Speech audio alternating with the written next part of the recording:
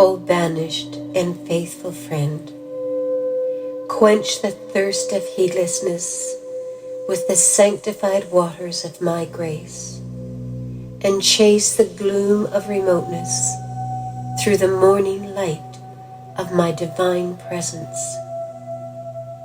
Suffer not the habitation wherein dwelleth my undying love for thee to be destroyed through the tyranny of covetous desires, and overcloud not the beauty of the heavenly youth with the dust of self and passion.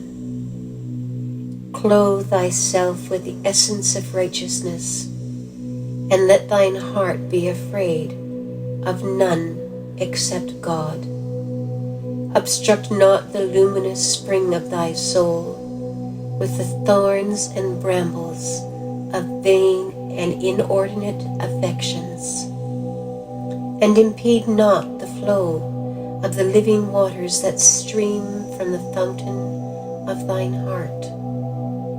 Set all thy hope in God, and cleave tenaciously to his unfailing mercy. Who else but him can enrich the destitute and deliver the fallen from his abasement? O my servants, were ye to discover the hidden, the shoreless oceans of mine incorruptible wealth, ye would of a certainty esteem as nothing the world, nay, the entire creation.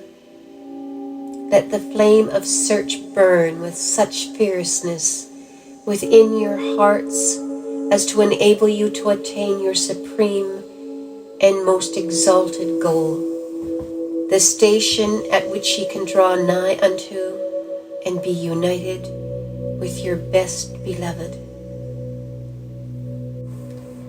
O my servants, let not your vain hopes and idle fancies sap the foundations of your belief in the all-glorious God, inasmuch as such imaginings have been wholly unprofitable unto men, and fail to direct their steps unto the straight path. Think ye, O my servants, that the hand of my all-encompassing, my overshadowing and transcendent sovereignty is chained up, that the flow of mine ancient, my ceaseless and all-pervasive mercy is checked, or that the clouds of my sublime and unsurpassed favors have ceased to rain their gifts upon men. Can ye imagine that the wondrous works that have proclaimed my divine and resistless power are withdrawn, or that the potency of my will and purpose hath been deterred from directing the destinies of mankind? If it be not so, wherefore then have ye striven to prevent the deathless beauty of my sacred and gracious countenance from being unveiled to men's eyes? Why have ye struggled to hinder the manifestation of the Almighty and all-glorious Being from shedding the radiance of his revelation upon the earth?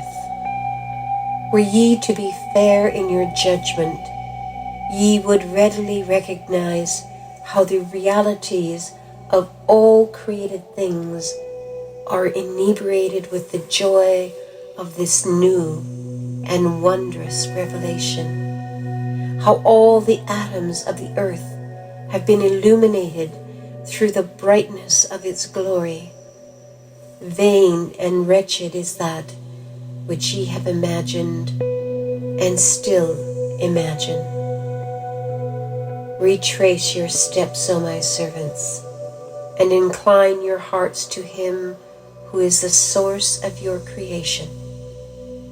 Deliver yourselves from your evil and corrupt affections, and hasten to embrace the light of the undying fire that gloweth on the Sinai of this mysterious and transcendent revelation, corrupt not the holy, the all-embracing and primal Word of God, and seek not to profane its sanctity or to debase its exalted character.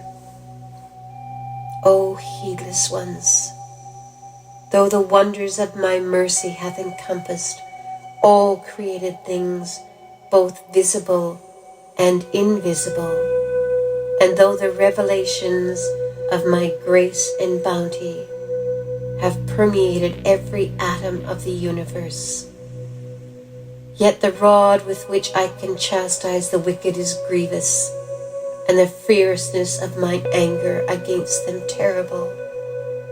With ears that are sanctified from vainglory and worldly desires, hearken unto the counsels which I in my merciful kindness have revealed unto you, and with your inner and outer ears contemplate the evidences of my marvelous revelation.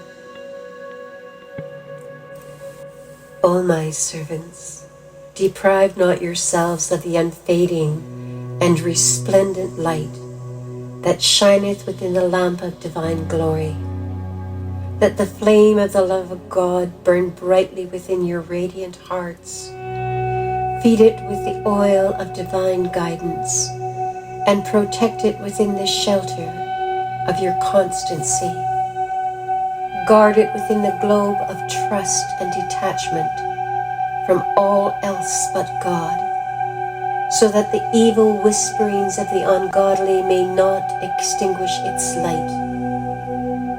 O my servants, my holy, my divinely ordained revelation may be likened unto an ocean in whose depths are concealed innumerable pearls of great price, of surpassing luster.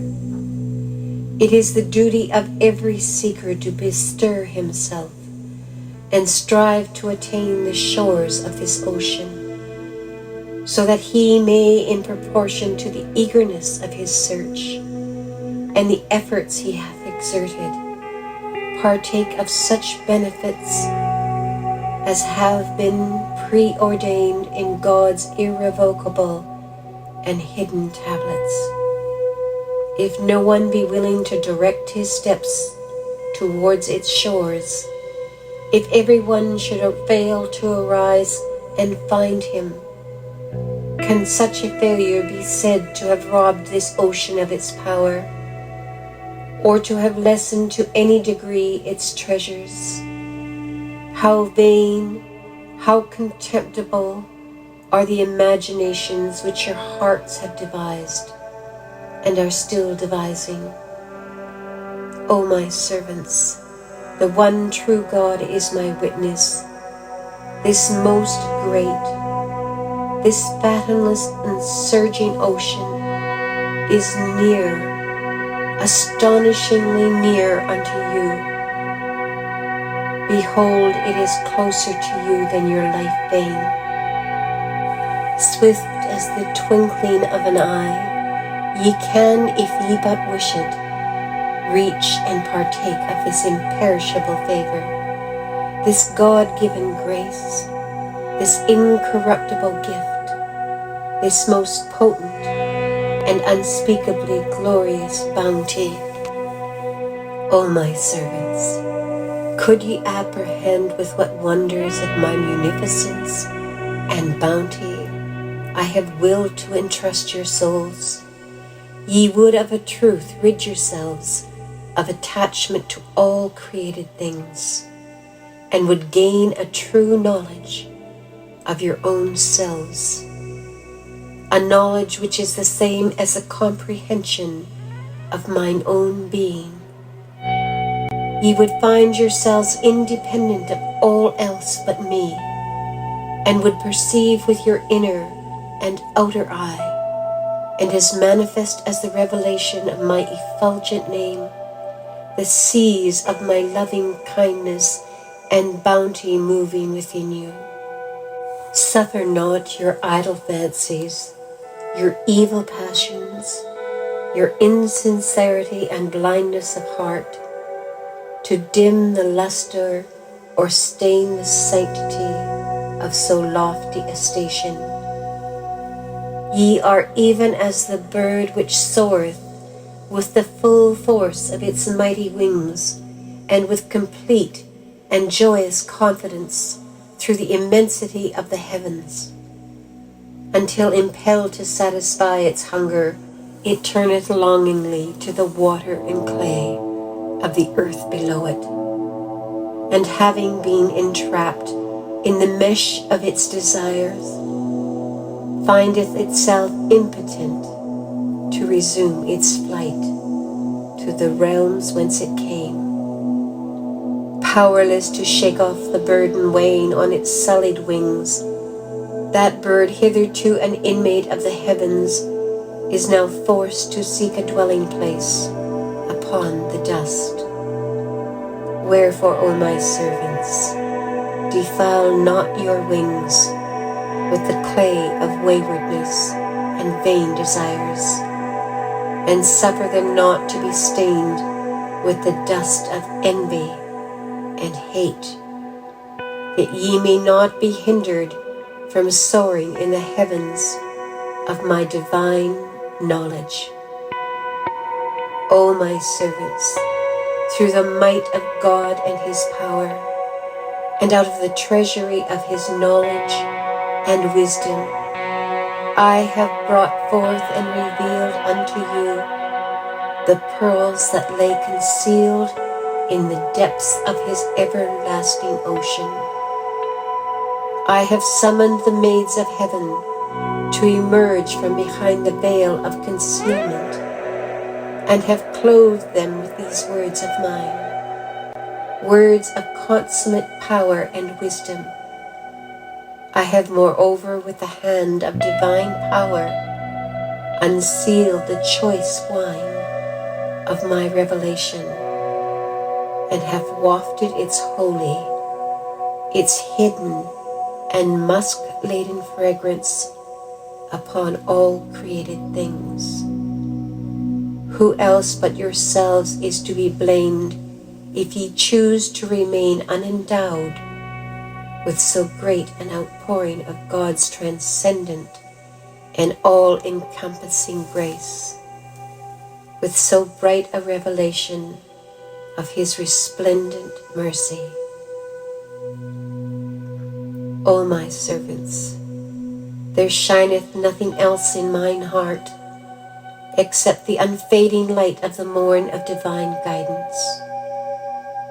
And out of my mouth proceedeth not but the essence of truth, which the Lord your God hath revealed.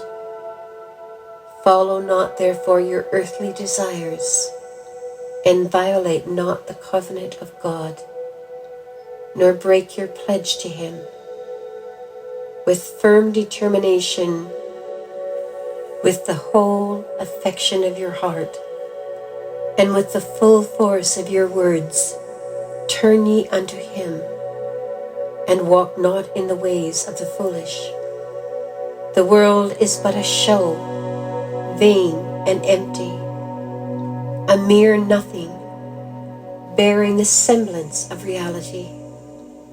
Set not your affections upon it.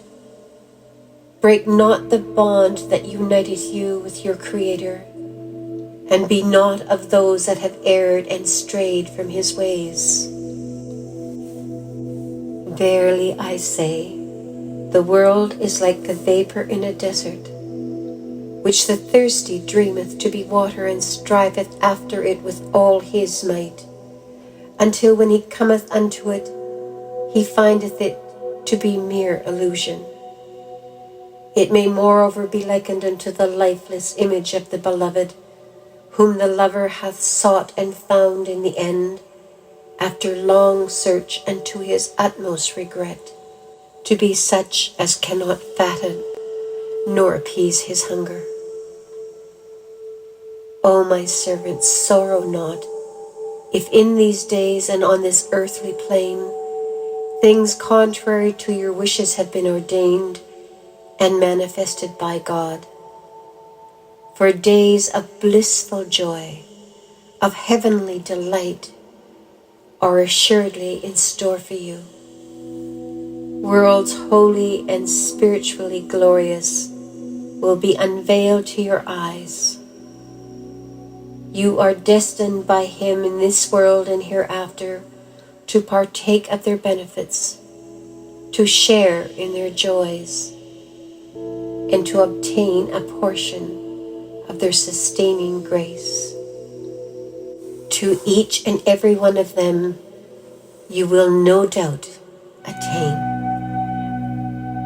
Baha'u'llah Gleanings from the writings